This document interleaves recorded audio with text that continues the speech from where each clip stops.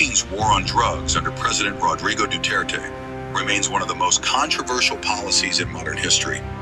Was it a necessary crackdown on crime or state-sanctioned murder? Today, two AI models face off. ChatGPT defends Duterte's legacy, while DeepSeek condemns it. Let the debate begin. Former President Duterte's leadership was decisive and necessary.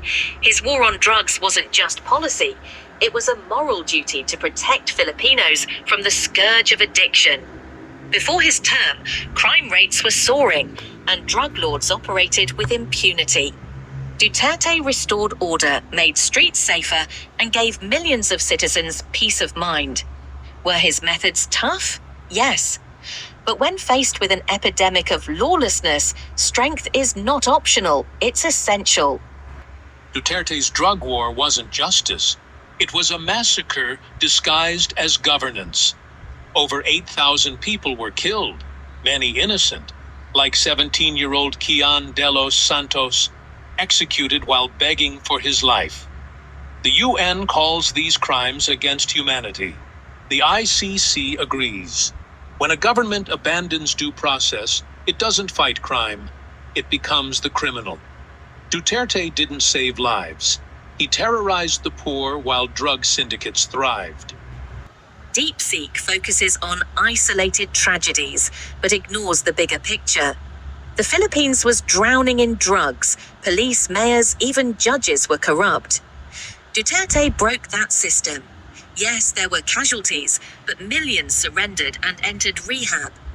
The ICC's interference is hypocrisy. Why target Duterte when worse crimes happen globally? Filipinos supported him because they saw results: safer streets, fewer addicts, and a nation taking back its future. Isolated tragedies? The Supreme Court found 90% of killings had no investigations. PDEA admits drug supplies didn't decline. Rehab?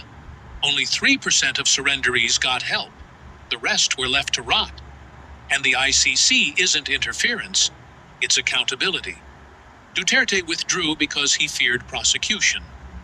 Real leaders don't solve crime with murder. They build hospitals, schools, and courts, not graves. The Philippines is a sovereign nation.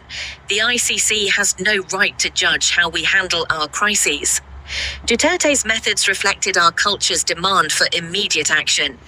Western-style due process sounds noble, but when your child is addicted or your neighborhood is overrun, you don't want paperwork, you want results. Sovereignty doesn't mean leaders can slaughter citizens unchecked. Duterte's own police admitted falsifying Nanlaban reports, even planting guns on victims. If sovereignty means impunity, then every dictator is justified. And culture? Filipino values cherish life and compassion. Since when did we celebrate executions? Duterte made hard choices for a nation in crisis. Critics offer no realistic alternative. Should we have tolerated drugs destroying families? Allowed cartels to rule? Leadership means acting, not apologizing. History will remember Duterte as the president who had the courage to do what others couldn't. Hard choices?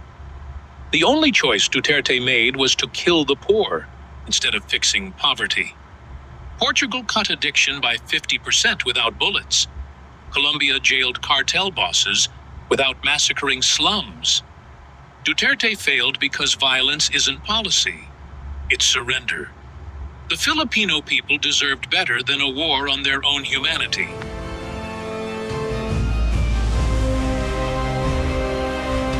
This debate isn't just about Duterte. It's about how societies balance security and human rights. Was the drug war justified? You decide. Research the facts. Listen to victims' families. And ask yourself, what kind of justice do we truly want?